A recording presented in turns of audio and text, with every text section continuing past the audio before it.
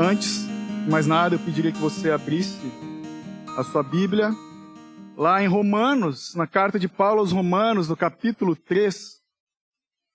Nós vamos falar hoje da sola fide, ou justificação pela fé somente.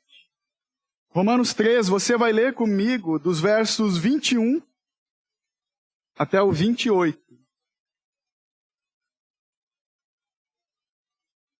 Romanos 3, 21 ao 28.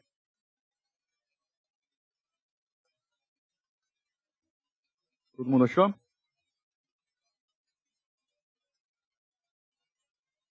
Não sei qual é o subtítulo que a tua versão da tua Bíblia traz, mas aqui na minha diz a justificação pela fé em Jesus Cristo. Verso 21. Mas agora a justiça de Deus se manifestou sem a lei, atestada pela lei e pelos profetas. Isso é, a justiça de Deus por meio da fé em Jesus Cristo para todos os que creem, pois não há distinção, porque todos pecaram e estão destituídos da glória de Deus, sendo justificados gratuitamente pela sua graça por meio da redenção que há em Cristo Jesus, a quem Deus ofereceu como sacrifício propiciatório por meio da fé, pelo seu sangue, para demonstração da sua justiça. Na sua paciência, Deus deixou de punir os pecados anteriormente cometidos, para demonstração da sua justiça no tempo presente, para que ele seja justo e também justificador daquele que tem fé em Jesus. 27. Assim, onde há motivo para orgulho, foi excluído. Por qual lei? Das obras? Não, mas pela lei da fé. Concluímos, pois, que o homem é justificado pela fé, sem as obras da lei. Amém.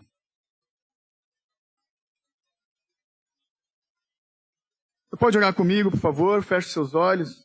Vamos orar mais uma vez. Nunca é demais.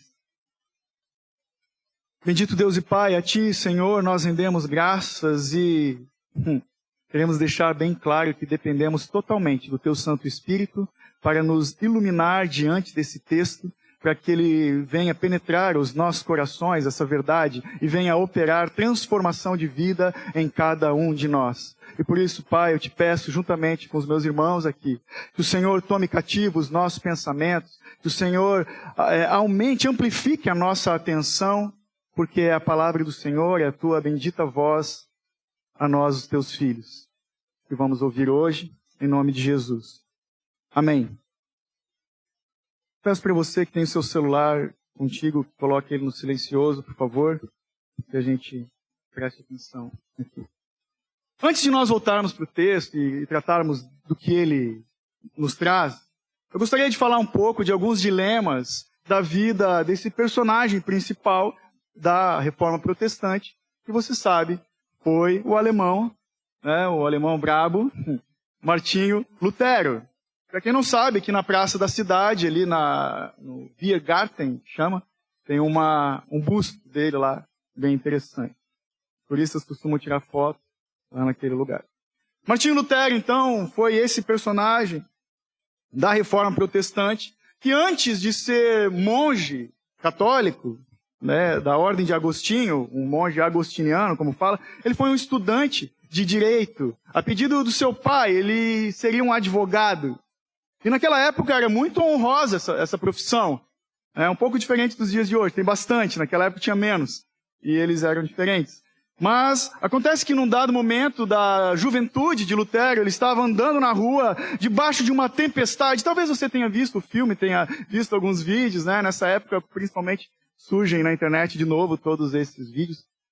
E ele estava caminhando nessa tempestade, e onde raios estavam, caindo muitos raios naquele lugar, e ele se joga, de repente um raio cai perto dele, ele se lança ao chão e faz uma promessa para Santa Ana, ele era católico, onde ele entrega a vida para ela e pede: Santa Ana, se você me livrar de morrer aqui nessa tempestade, eu vou dedicar a minha vida para a religião. Eu vou ser um clérigo, eu vou ser um monge. E foi assim e começou a vida religiosa desse homem. Não é para desgosto do pai dele, ele deixou da faculdade de Direito e foi para um monastério. Lutero tinha sempre esse dilema. Ele tinha essa mente, então, de advogado. Ele tinha pavor da justiça de Deus. Ele tinha horror da ira de Deus, da punição pelos seus pecados. Ele vivia em conflito. Lutero não tinha muita paz. Era um homem atormentado antes de conhecer a Jesus, de fato. Ele tinha esse anseio tão forte na vida dele, que ele chegava a se autoflagelar em alguns momentos da sua vida. Ele era daquela época dos padres que mais usava do confessionário para colocar os seus pecados diante do padre, do seu superior. E ele tinha esse dilema entre a liberdade cristã e a justiça de Deus e a punição dos seus pecados. Certa vez, ele já bastante tempo lá no ministério, ele foi convidado a conhecer Roma. Ele foi para Roma, né? Lutero, a história dele se passa na Alemanha. Ele foi até Roma. Lá era a Meca, né, do romanismo, da Igreja Católica. E ele ficou feliz com essa oportunidade. Ele foi enviado pela universidade. Ele ficou feliz porque lá em Roma era onde tudo acontecia da religião, estava o Papa e tal. Mas também tinha um lugar que chama a Basílica de São João Latrão, onde até hoje tem umas escadarias, que é conhecida como a Escada Santa. E nessas escada santa, eles faziam o seguinte: pagavam penitência subindo os degraus de joelhos, e cada degrau ele podia rezar um Pai Nosso e uma Ave Maria, pagando penitências, e quando chegasse no final, ele ia dar uma quantia de dinheiro na sua cabeça, para ele pagar o livramento dos avós dele, que já haviam morrido, para libertar os seus avós mortos do purgatório. A gente sabe que isso não existe. É curioso que quando ele chegou lá, era tanta gente naquele lugar, era tanta idolatria, até porque dizem os romanos que essa escadaria é justamente a escadaria do palácio de Pilatos, né, onde Jesus se encontrava. Eles acham que isso é verdade. Então é um monumento de idolatria. Ele chegou lá e ele não conseguiu fazer isso. E é curioso que esse lugar existe até hoje e as pessoas continuam, católicos, fazendo a mesma prática. Mas estando em Roma, ele ficou indignado com o comércio das indulgências naquele lugar. Tudo era motivo de cobrar dinheiro do povo. Eu não vou entrar nos pormenores da história. O presbítero Leandro já foi bem esclarecedor em tudo que nos trouxe.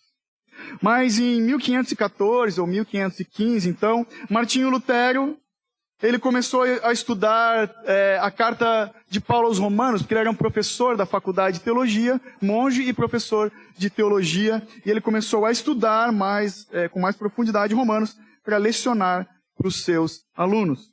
Talvez você saiba da história. Ele se deparou já no capítulo 1, veja comigo, Romanos 1, 17, justamente nesse verso. Romanos 1, 17, quando diz: pois a justiça de Deus se revela no Evangelho de fé em fé, como está escrito: o justo viverá pela fé. Aqui o apóstolo Paulo está citando, ele está explicando, está dando a explicação de Abacuque. Esse texto foi o que inspirou Martinho Lutero e também muitos outros cristãos a se colocarem numa fé debaixo da justiça de Cristo e não a fé pelos seus próprios méritos. Martinho Lutero, ao ler isso, ele entendeu já o que diz Jeremias, lá em Jeremias 23:6, e Jesus é o Senhor chamado justiça nossa. Então, traduzindo para a linguagem de hoje, ao ler esse verso, a gente pode dizer que Martinho Lutero teve um insight. Ele teve um insight, talvez ele tenha se perguntado, ele entendeu e, na verdade, ele se respondeu, né? Dizendo: então quer dizer que eu não sou salvo pela obra que eu faço para Deus? De fato, eu sou salvo pela obra que Deus fez por mim. Caiu a ficha dele, né? Como a gente costuma dizer. E depois disso, você sabe da história, ele, indignado com as indulgências, escreveu as 95 teses que foram pregadas na porta da igreja, né, de Wittenberg. E essas 95 teses eram simplesmente um debate sobre o poder e a eficácia essas indulgências. Martinho Lutero, entendendo essas coisas, que nós somos justificados pela fé somente, vocês sabem, naquela época eles escreviam em latim, né? Era chique. E ele criou o slogan Simul Justus et Peccator. Quer dizer que nós, eu e você, todos os crentes, somos simultaneamente santos e pecadores. Então, ele entendeu que realmente nós não podemos dizer que somos salvos pelas nossas obras, mas pelas obras que Cristo Jesus fez por nós. Eu, você, qualquer historiador, a gente não pode dizer que Martinho Lutero inventou essa doutrina da justificação pela fé somente, porque muitos anos antes de Lutero, essa doutrina foi ensinada por Agostinho, já no século III. Essa doutrina, você acabou de ler comigo, ela foi ensinada pelo apóstolo Paulo, foi ensinada por Jesus, foi ensinada por Moisés. Ele simplesmente, Lutero estava reafirmando que todo cristão precisa entender que a justificação é somente pela fé em Cristo Jesus. E essa doutrina da justificação responde talvez o maior problema de toda a humanidade. E qual é esse problema? É que Deus é santo, Deus é justo, Deus é reto, Deus é perfeito e nós não. Responde também a pergunta de muita gente, que é a seguinte: o que eu preciso fazer para ser salvo? Então nós entendemos que nós somos salvos pela justiça de Cristo. Mas essa doutrina traz outras perguntas também, porque se Deus é justo, Ele é o justificador dos homens, porque nós só conseguimos ser justificados pela justiça de Deus, porque ele sem a justiça dele não seria possível. E é isso que nós vamos ver no decorrer aqui do texto. Também essa doutrina vai nos ensinar que Deus mantém a sua justiça eterna, Ele redime aqueles que não têm justiça própria, porque eu e você somos incapazes de nos justificarmos diante de Deus. Então, falando do sola fide, é isso, é a doutrina da justificação pela fé somente. Nós aprendemos que a justificação pela fé é simplesmente o olho do furacão da reforma protestante. É a doutrina de que Cristo tomou sobre si o peso e a sentença dos nossos pecados na cruz. E, portanto, pela fé genuína na obra redentiva de Jesus, nós somos justificados diante de Deus. Na verdade, irmãos, se a gente fosse resumir o tema dos ensinos de Paulo, é justamente esse: justificação. O apóstolo Paulo é o homem que mais falou e mais ensinou da justificação. Então, para nós entendermos, abre comigo, deixa esse texto de Romanos marcado. Veja lá, 2 Coríntios, depois de Romanos, 1 Coríntios, 2 Coríntios, capítulo 5.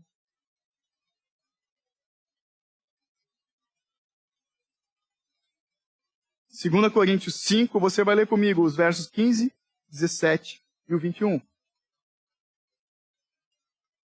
2 Coríntios 15. E ele morreu por todos, para que os que vivem não vivam mais para si mesmos, mas para aquele que por eles morreu e ressuscitou. 17. Portanto, se alguém está em Cristo, é nova criação ou nova criatura. As coisas velhas já passaram e surgiram coisas novas. 21. Daquele que não tinha pecado, Deus fez um sacrifício pelo pecado em nosso favor, para que nele fôssemos feitos justiça de Deus.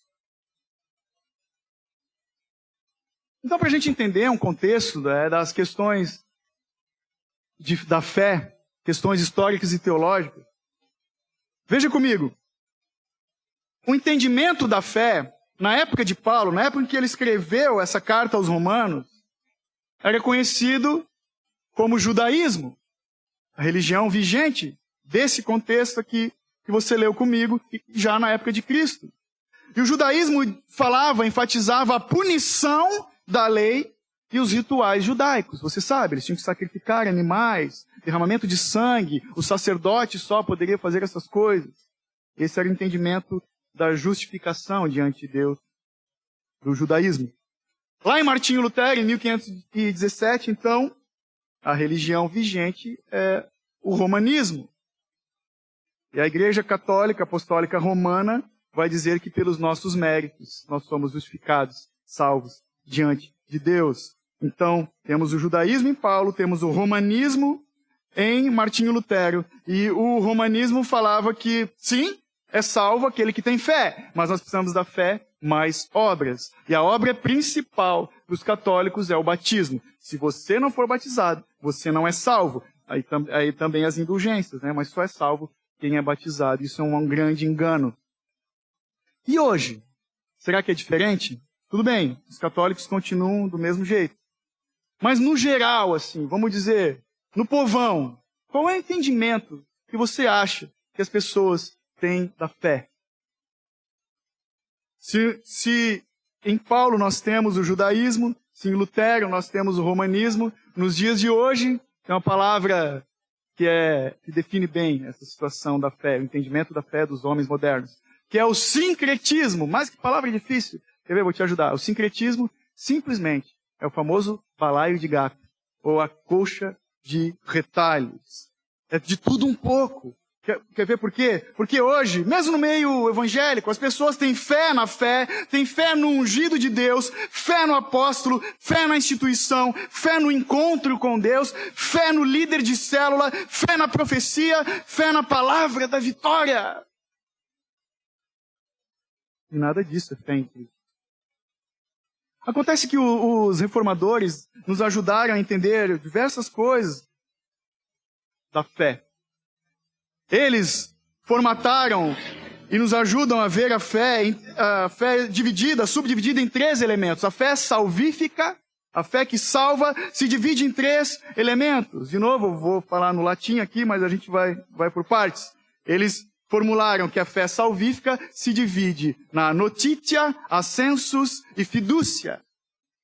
Se divide na notícia. Notitia é notícia. A fé salvífica, a fé que salva, se divide na informação. Ou seja, no que você acredita. Qual é o fundamento da sua fé?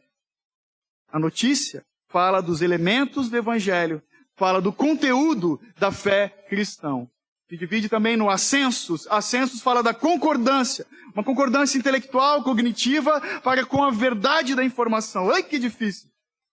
Ascensus fala justamente daqueles que têm a informação e reconhecem que essa informação é verdade. Então estamos de acordo, estamos concordando que a informação do evangelho, a informação da fé é verdade. Muita gente tem parado por aqui.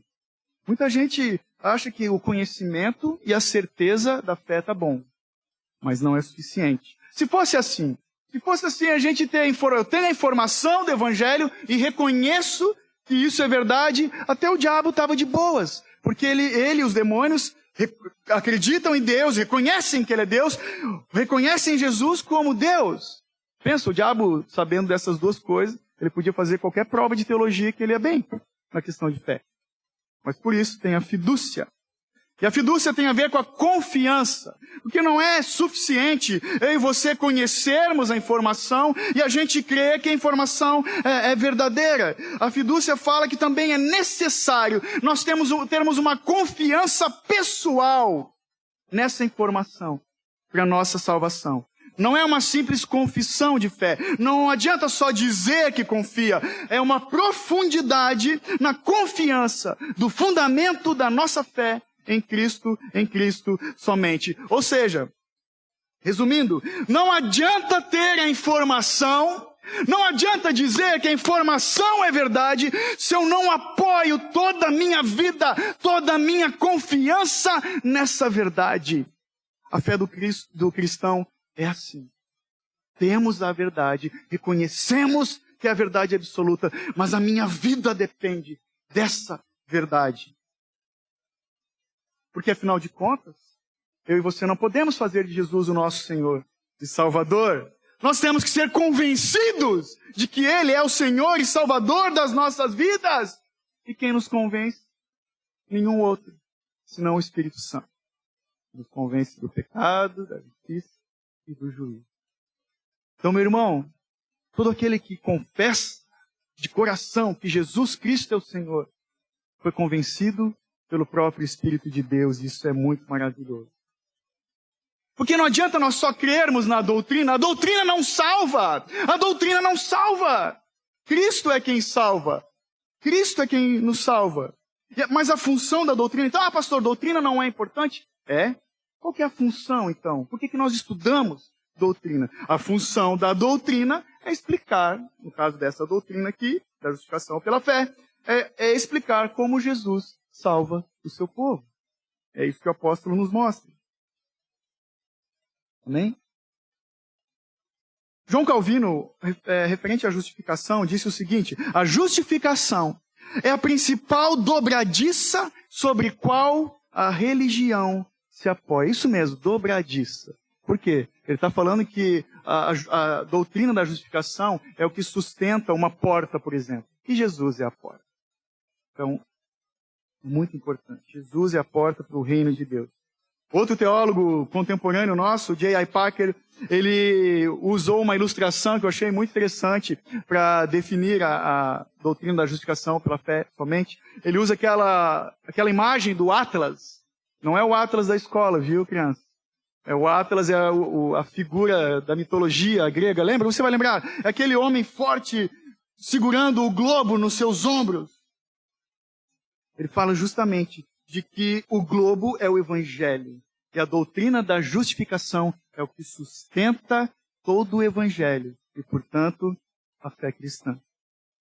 A justificação, meu irmão, é um ato de Deus e não uma obra humana. Ela acontece no céu e não na terra. Ela é feita no tribunal de Deus e não nos nossos corações, não dentro de nós. Ela é um ato, ela não é um processo, ela não é uma novidade, mas ela é a raiz de toda a palavra de Deus, desde o Antigo Testamento até a Revelação, até do Gênesis ao Apocalipse. Ela não é contra a lei, essa doutrina, mas ela é atestada pela lei. Ela provém da graça de Deus e não do mérito dos homens. Ela é recebida pela fé e não por meio das nossas obras. De novo, Calvino vai dizer que a justificação não é uma verdade secundária ou lateral da fé cristã, mas ela é a própria essência do cristianismo. Saiba que aqui o apóstolo Paulo, desse verso 21 aqui do capítulo 3, até o capítulo 5, ele vai tratar da doutrina da justificação. Se você quer, eu não vou pregar todos esses capítulos, se você quer se aprofundar nesse tema, leia Romanos todo, assista os vídeos que nós temos lá publicados. Mas, se você quer estudar a justificação, saiba que é do capítulo 3 até o 5. Até porque antes Paulo tratou da depravação total, de que todos os homens caíram, e agora ele fala da solução. Então ele trata disso, de que os homens justificados, nós somos justificados por Deus por meio da fé em Cristo. Nesses versos que você leu comigo, o 21 ao 28, nós vemos a essência dessa boa nova, dessas boas notícias que o apóstolo Paulo queria pregar em Roma, ele queria pregar na Espanha e por toda a Europa. Esse é o coração da carta de Paulo aos romanos. É a essência, esse texto. Essa doutrina é a essência, é o âmago de todo o evangelho. Esse texto que você leu comigo nos faz, então, nos questionar, porque podemos nos perguntar, já que a justiça de Deus exige a morte do pecador, e Deus, em seu amor, deseja nos ofertar felicidade eterna, como pode um Deus santo justificar pecadores? Ou como Deus pode salvar o pecador sem deixar de ser justo? A resposta dessas perguntas nós vamos encontrar analisando o texto, os detalhes, o texto que a gente acabou de ler.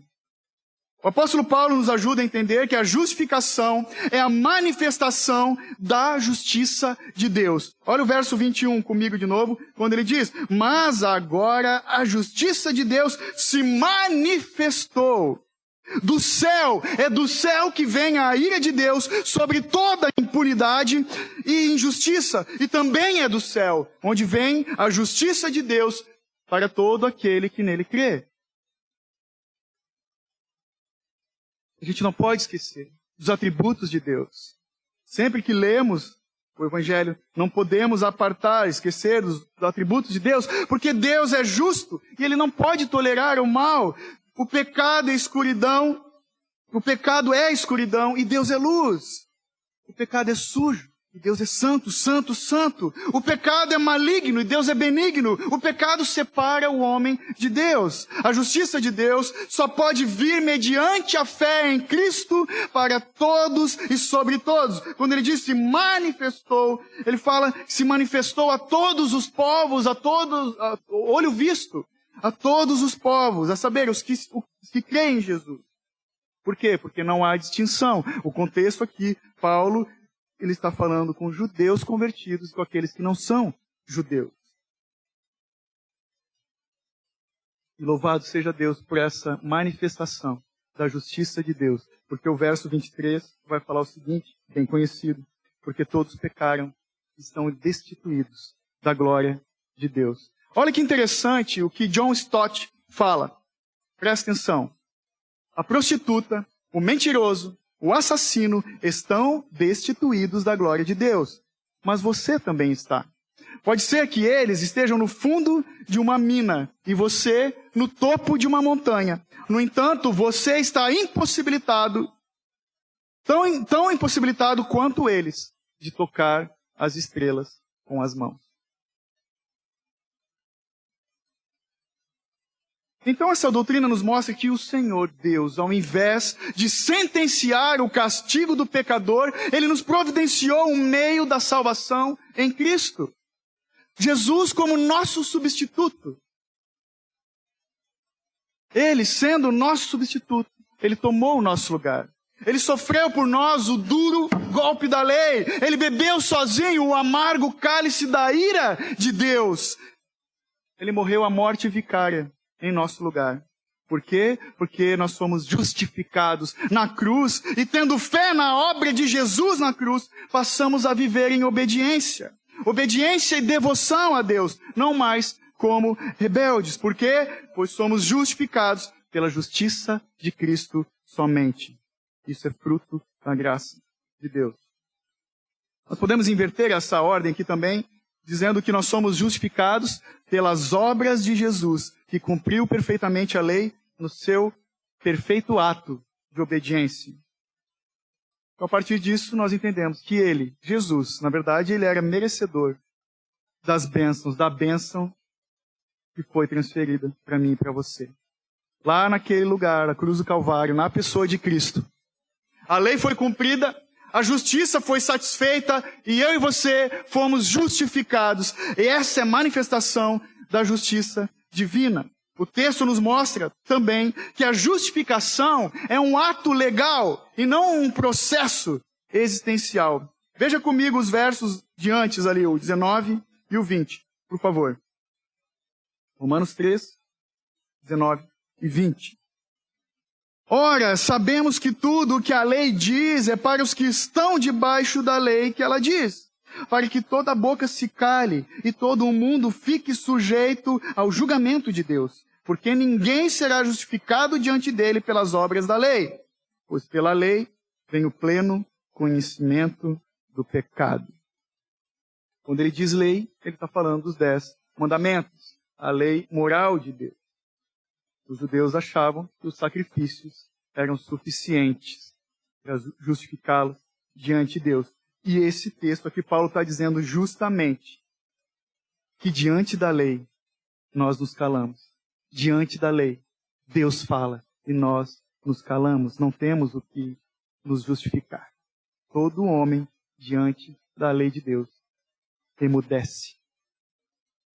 Então a justificação, ela não é um processo, ela é um ato, é uma declaração de Deus. É um ato legal que acontece no tribunal de Deus e não no nosso coração. É algo que Deus fez por nós e não em nós. Estou me sentindo justificado, não existe. Deus faz por nós, na pessoa do seu Filho. Acontece de uma vez por todas e não precisa ser repetida, justamente como a morte de Jesus. Jesus precisou morrer uma vez. A justificação acontece uma vez. Não existe graus de justificação.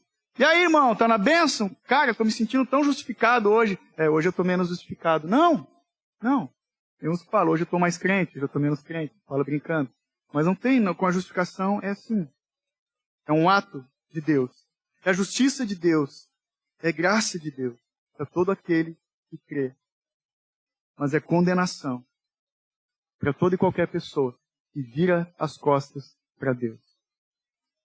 Porque é só por Jesus, por meio da fé em Jesus, que nós recebemos, essa fé que nós recebemos, que nos foi concedida no amado. A fé em Jesus somente, não fé em mim, não fé na fé, de novo, não fé na igreja, não fé no pastor, não a fé no ritual religioso, fé em Jesus Cristo somente. Então essa sola fide significa que a fé de verdade, meu irmão, é quando eu e você confiamos, quando nós dependemos, esperamos e descansamos somente na obra de Cristo Jesus.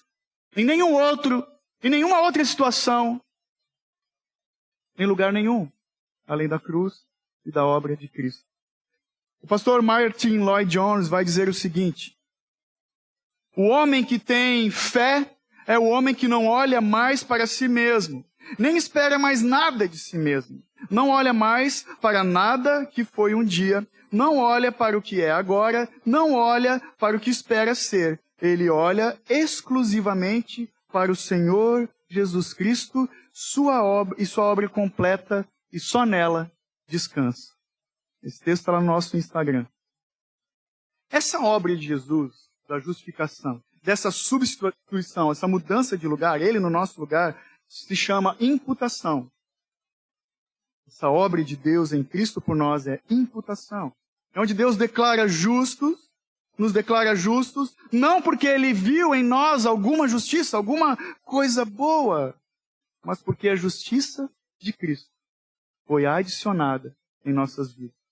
Porque em nós mesmos não existe nada que nos torne, nos faça aceitáveis diante de Deus. Então por isso nós, eu e você, necessitamos que Deus mesmo, Ele deposite a justiça de Cristo em nossas vidas. Por quê?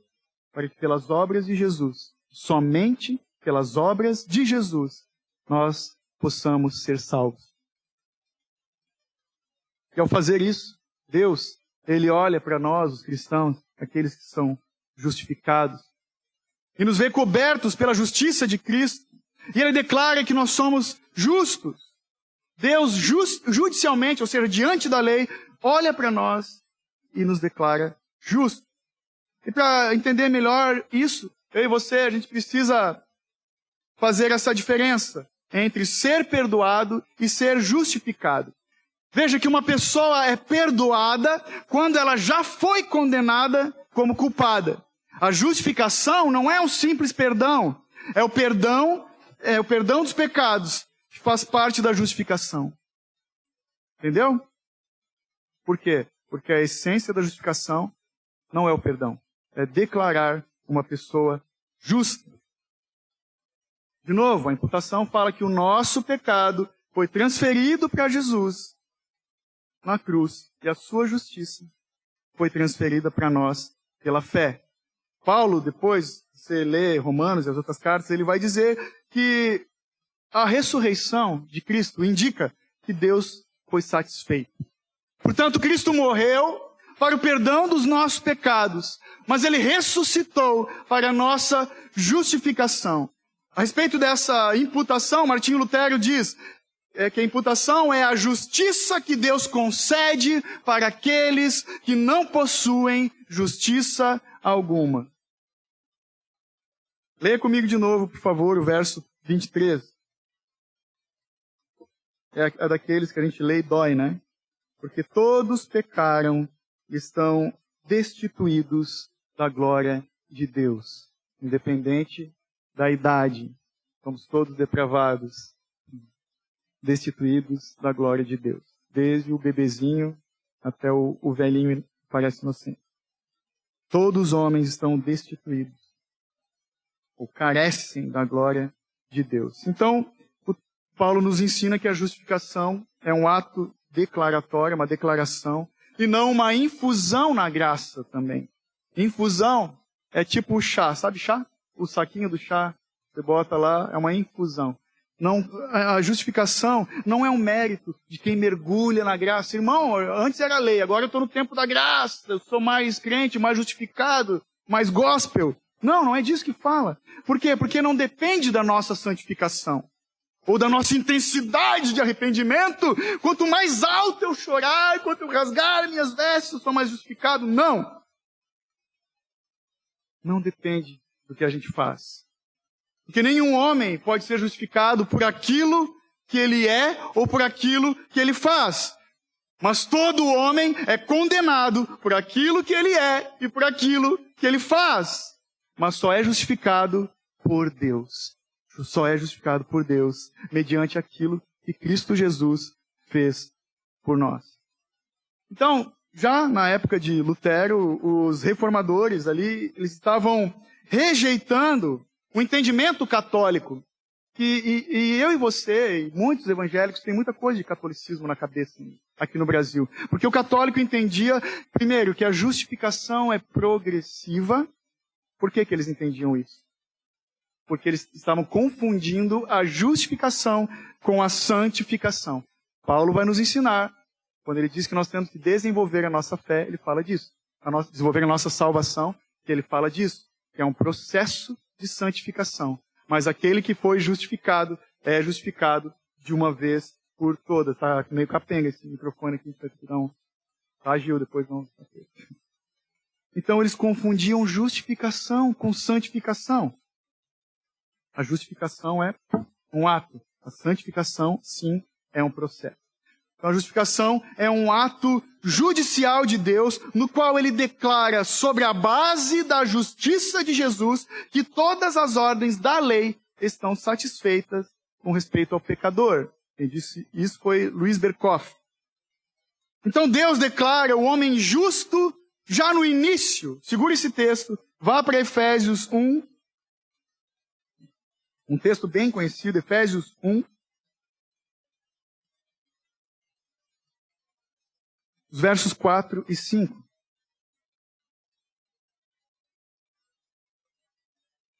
Daqueles que você precisa ter marcado na sua Bíblia. Efésios 1, 4 e 5. Como também nos elegeu nele antes da fundação do mundo para sermos santos e irrepreensíveis diante dele em amor, e nos predestinou para si mesmo, segundo a boa determinação da sua vontade, para sermos filhos adotivos por meio de Jesus Cristo. Então Deus declara o homem no começo, no início do percurso e não no final. Então, justamente por isso, não pode ser baseada a nossa justificação nas obras que ainda não aconteceram. As obras que não foram praticadas antes da fundação do mundo. E é maravilhoso. Essa doutrina é maravilhosa. Alguns diriam tremendo. Porque quando Deus justifica o pecador, ele simplesmente está declarando que a culpa do pecado foi expiada, a justiça foi satisfeita e que agora esse homem justificado possui a justiça que a justiça divina exige. Assim como Jesus fala lá em João 5:24, quando ele diz: quem ouve a minha palavra e crê naquele que me enviou tem a vida eterna e não entra em juízo, mas passou da morte para a vida.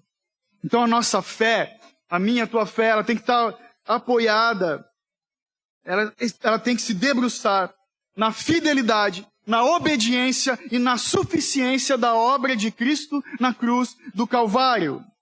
Porque só em Jesus nós vamos encontrar uma obediência perfeita que agradou o Pai em tudo que fez. E a obediência de Jesus se divide em dois: a obediência passiva e a obediência ativa. A obediência passiva de Cristo fala da voluntária entrega de si mesmo em obediência ao chamado do Pai para morrer pelos nossos pecados. É o que fala o verso 25 de Romanos 3. A quem Deus ofereceu como sacrifício propiciatório por meio da fé pelo seu sangue para a demonstração da sua justiça. Até aqui. Então nós vemos nessa obediência passiva de Cristo, nessa entrega voluntária, por vontade própria, nós vemos a propiciação. E aqui é lindo isso, porque nós vemos nesse drama da salvação, pecado versus justiça, fé, incredulidade, no drama de todas as Escrituras, nós vemos o ato vertical na cruz de Jesus. E vemos também o ato horizontal. Na propiciação, nós vemos o ato vertical. Imagine a haste vertical da cruz do Calvário, onde o Filho satisfaz as exigências do Pai. Ele satisfaz as demandas da lei. E na obediência ativa de Jesus, nós vemos a expiação. De novo, obediência passiva, propiciação, assim como o cordeiro foi imolado. Na obediência ativa, nós vemos a expiação, que é o ato horizontal na cruz, que remove os nossos pecados. A palavra expiação por si, ela já é explicativa, porque o ex fala de para fora. Então a expiação fala de que Deus está afastando os nossos pecados tão distante quanto é o leste do oeste. Não sei se está certo. Fala disso. Então no simbolismo judaico, a expiação era o ato horizontal. No Antigo Testamento, no simbolismo judaico, eles fazendo isso de sacrificar os animais, eles estavam apontando para o futuro, para justamente esse sacrifício perfeito e definitivo de Cristo na cruz. Porque lá no Antigo Testamento a gente já vê eles derramando o sangue do cordeiro sobre o tal do propiciatório. Mas também, depois desse sacrifício, eles faziam um sacrifício com o bode. E daí vem a expressão bode expiatório. Depois de ter imolado o cordeiro, derramando o seu sangue, o sacerdote levava para fora da cidade, do arraial, um bode, e ele colocava as mãos no chifre desse bode, imputando simbolicamente os pecados daquela nação, e depois ele enviava o bode para o deserto, para longe, para a escuridão, para as trevas, para ele morrer. Olha só, se Jesus tivesse vindo, irmão, só na sexta-feira da paixão. Se ele tivesse vindo na sexta, morreu, ressuscitou no domingo, já era suficiente para a nossa salvação. Já seria caput, seria suficiente. Só que se ele fizesse só isso, ele viria em obediência passiva. Só que mais do que isso, ele tinha que viver uma vida de perfeita obediência, para que o mérito dele fosse transferido, imputado a nós. Isso é a obediência ativa de Jesus. Ele ativamente se sujeitou à lei de Deus. Então, para concluir essa ilustração, lembre, a propiciação é a haste vertical da cruz. E a expiação é a haste horizontal. O que nós encontramos lá? Pagamento de pecado e afastamento de pecados. Quando você olhar para a cruz de Cristo, lembre disso. Mas o verso 24 do texto vai dizer, sendo justificados gratuitamente pela sua graça, por meio da redenção que há em Cristo Jesus. Nós aprendemos com Paulo que a justificação não é um simples perdão, mas é a remoção de toda a culpa e condenação que havia contra nós. A justificação não é simplesmente um cancelamento da dívida. Ela vai além do simples perdão. Porque perdoar é absolver alguém de uma penalidade ou dívida. Tem uma conotação negativa. Tá me devendo aqueles 20 pila lá, mas perdoa. Já justificar é reputar, é declarar que alguém é justo. Tem uma conotação positiva. O perdão é a absolvição de castigo. A justificação é a declaração que não existe mais nenhuma base para aplicar o castigo. Então, numa ilustração, pode imaginar Deus falando com a voz do perdão. E a voz do perdão, então, o Senhor fala para nós o seguinte: você pode ir. Você está livre da pena que o seu pecado merece. Mas na voz da justificação, ele diz: pode vir. Você é bem-vindo para desfrutar de todo o meu amor e da minha presença. Justificação fala de adoção, fala de filiação. Portanto, a justificação é maior que o perdão. Amém? Só que no 24 você acabou de ler comigo que ele escreve, sendo justificados gratuitamente pela sua graça. O que Paulo está dizendo aqui, ele tá sendo redundante. É como se ele estivesse falando, mano, você é justificado de graça e grátis. Duplamente. Por quê? Perdoado e justificado. Sem mérito nosso. Deus, por sua pura graça, Ele confere, Ele aplica a nós a perfeita satisfação da justiça e a santidade de Cristo, como se nunca tivéssemos cometido pecado algum. Por isso nós somos nova criatura. E como se eu e você tivéssemos rendido toda a obediência que o Senhor Jesus rendeu diante de Deus. Porque Ele fez isso por nós. Jesus é o justo pelos injustos. Aquele que cumpriu a satisfação da lei por nós.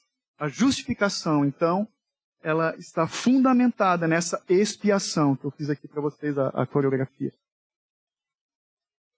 E o 24 continua dizendo que por meio da redenção. A redenção é resgatar, redimir, fala do pagamento pelo nosso resgate. Sendo justo, Deus ele não poderia simplesmente perdoar o pecador, né? Ter uma justiça perfeita, não podia só perdoar. Ao contrário, ele puniu o pecado para cumprir a justiça. Puniu o nosso pecado em Jesus. A consequência dessa obra de Jesus é a nossa justificação. Que fala da restauração a nosso favor. Fala da remoção de culpa, de todo o castigo. Sabe toda a dívida foi rasgada? É disso. Mas talvez alguém aqui se pergunte, às vezes, os crentes conversam com ele. Tá, mas como é que o povo do Antigo Testamento foi justificado? Foi perdoado pelas obras? Não. O povo do Antigo Testamento foi perdoado pelo ato futuro. É só você ler, vamos lá, lê só Salmos. Depois Isaías, enfim, eles estão olhando para o Messias, para o Redentor. Eles foram justificados pela fé naquele que havia de vir. Por isso Abraão é o pai da fé, mesmo antes de ser povo judeu. E os nossos pecados, então, foram perdoados pelo ato passado de Jesus. A nossa fé está baseada naquele que veio e naquele que vai voltar. Deus pode, então, justificar seu povo por meio dessa obra, essa obra resgatadora de Jesus. Estava lá ele na cruz, pagando o preço pelos nossos pecados. Infelizmente, no Brasil, a gente tem aquele dito popular, né? Aquilo que a gente ganha de graça, a gente não dá muito valor, né? Foi de graça, irmão, duplamente, como diz o verso 24, gratuitamente pela sua graça. Foi de graça. Mas não quer dizer que não tem valor. É o que eu e você temos de mais valioso, a justificação pela fé somente. Porque foi um alto preço pago por Jesus naquela cruz. Naquela cruz. Nunca se esqueça. Jesus foi um homem de dores. Então ali na cruz é o lugar onde o juiz emite e recebe o julgamento. A perfeita justiça de Deus se manifestou em graça e concretizou a obra da redenção na cruz de Cristo Jesus. Deus não deixa de lado a sua justiça. Ele volta a sua justiça contra Ele mesmo. É isso que fala o verso 26. Olha aqui, leia comigo. Pela demonstração da sua justiça no tempo presente, para que Ele, Jesus, seja justo e também justificador daquele que tem fé em Jesus. Olha o que Deus fez, irmão. Sendo Jesus, sendo Deus, Ele emite a sua justiça, Ele derrama a sua ira, Deus lá do céu, e Ele mesmo, Deus, recebe a punição em nosso lugar. Por isso é uma justiça perfeita, inalcançável. É isso que diz, sendo Ele justo e também justificador Mas tem uma condição: daquele que tem fé em Jesus. Então ali na cruz, eu e você, nós conseguimos e podemos e devemos ver a perfeita justificação no cumprimento da graça e da misericórdia de Deus. O Sola Fide fala disso, mas o Sola Fide está colado com o Sola Gratia, já foi ministrado. Justificação e graça andam sempre juntas. A justiça de Deus, então, lembre disso, se traduz em graça. Graça de Deus que se revela na obra de uma pessoa. E essa pessoa é Jesus. E essa obra redentora, no nosso resgate, nós recebemos pela fé em Cristo somente. Por quê? Porque Jesus, só Ele viveu a vida que nós não podíamos viver. Pois Ele cumpriu a perfeita lei de Deus em nosso lugar e morreu a morte que nós merecíamos morrer. Por isso, o justo no lugar dos injustos.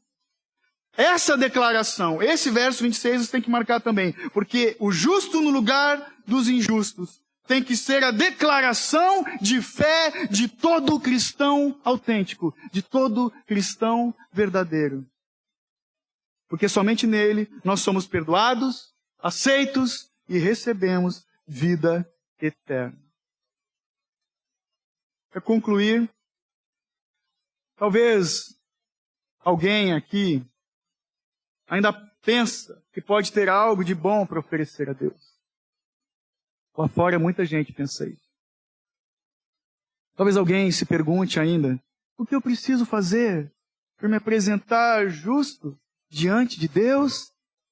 Se você viesse me perguntar, eu ia te responder, nada. Pastor, o que eu posso fazer? Nada. Nada, vírgula. Além de se humilhar diante de Deus, se apresentando diante dele com mãos vazias estendidas. Porque a fé é como as mãos estendidas de um mendigo para receber o presente de um rei. O rei é Deus. Eu e você somos como esse mendigo. As nossas mãos vazias nós precisamos estender num ato de fé para recebermos o bendito presente do rei. Quando, alguém pode nos perguntar, quando o rei, Deus preparou esse presente? Na cruz? Não. Porque a justificação pela fé somente, a salvação dos seus filhos, sempre foi a vontade do Pai. Desde antes da fundação do mundo, como você leu lá em Efésios. Porque a justificação significa cobertura. Na lei nós encontramos isso, nos profetas, nos salmos, em Romanos, em todo o Evangelho, em toda a Bíblia, nós encontramos que a justificação significa cobertura. Já no Gênesis, lá no Gênesis, Deus fez o quê? Para Adão e Eva, fez roupas de pele, roupas de um animal, para eles cobrirem a sua vergonha. Deus, já no Gênesis, sacrificou um animal para cobrir a vergonha de Adão e Eva. Então não se esqueça, somente por meio da fé nós recebemos o presente. Recebemos a capa, a túnica da justiça do Cordeiro, que é também o Rei. E essa justiça serve para cobrir a nossa nudez, a nossa vergonha, os nossos pecados. Porque só essa justiça é a única justiça que nós temos para nos apresentarmos diante de Deus, a perfeita justiça de Cristo. Amém? Cadê o louvor? Está lá no fundo. Louvado seja Deus.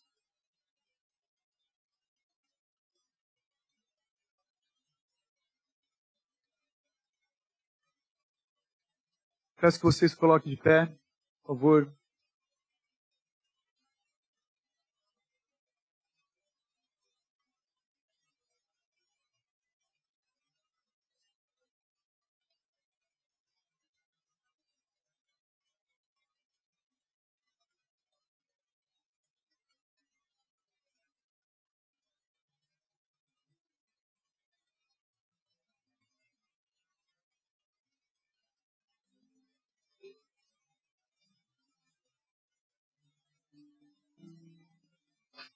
Aleluia.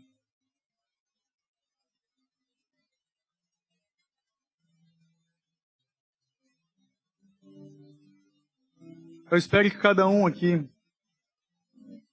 de nós possa meditar nessa verdade, nessa doutrina tão importante, que diz que eu e você só somos justificados pela fé em Cristo Jesus. E quando Deus olha para aqueles que realmente se definem como mendigos, Ele olha para nós como filhos amados.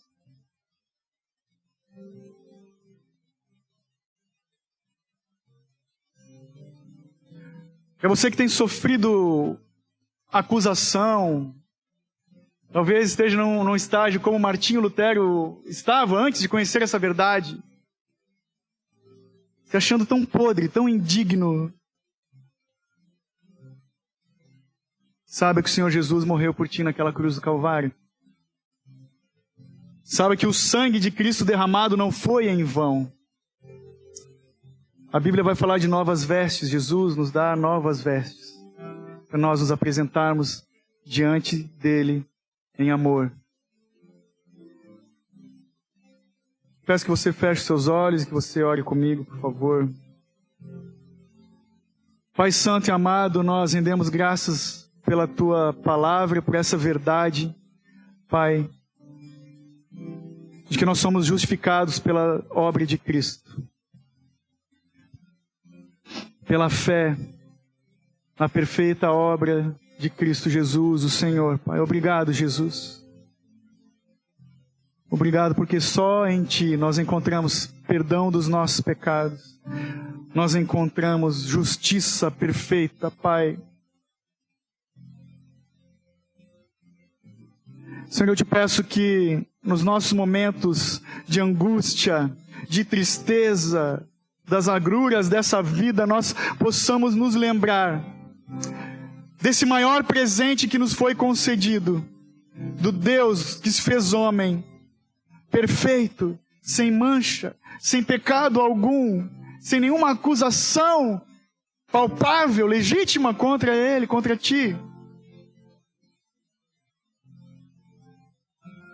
Mesmo quando nós tropeçamos e tropeçarmos no caminho, Pai, nos concede de olharmos para a cruz, Deus.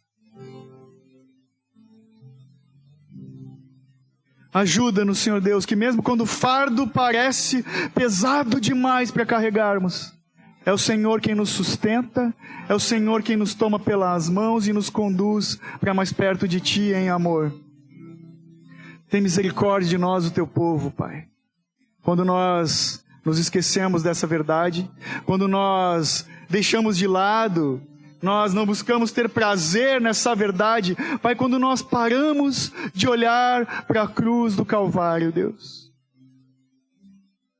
Ajuda-nos, Paizinho, a permanecermos firmes nessa fé inabalável,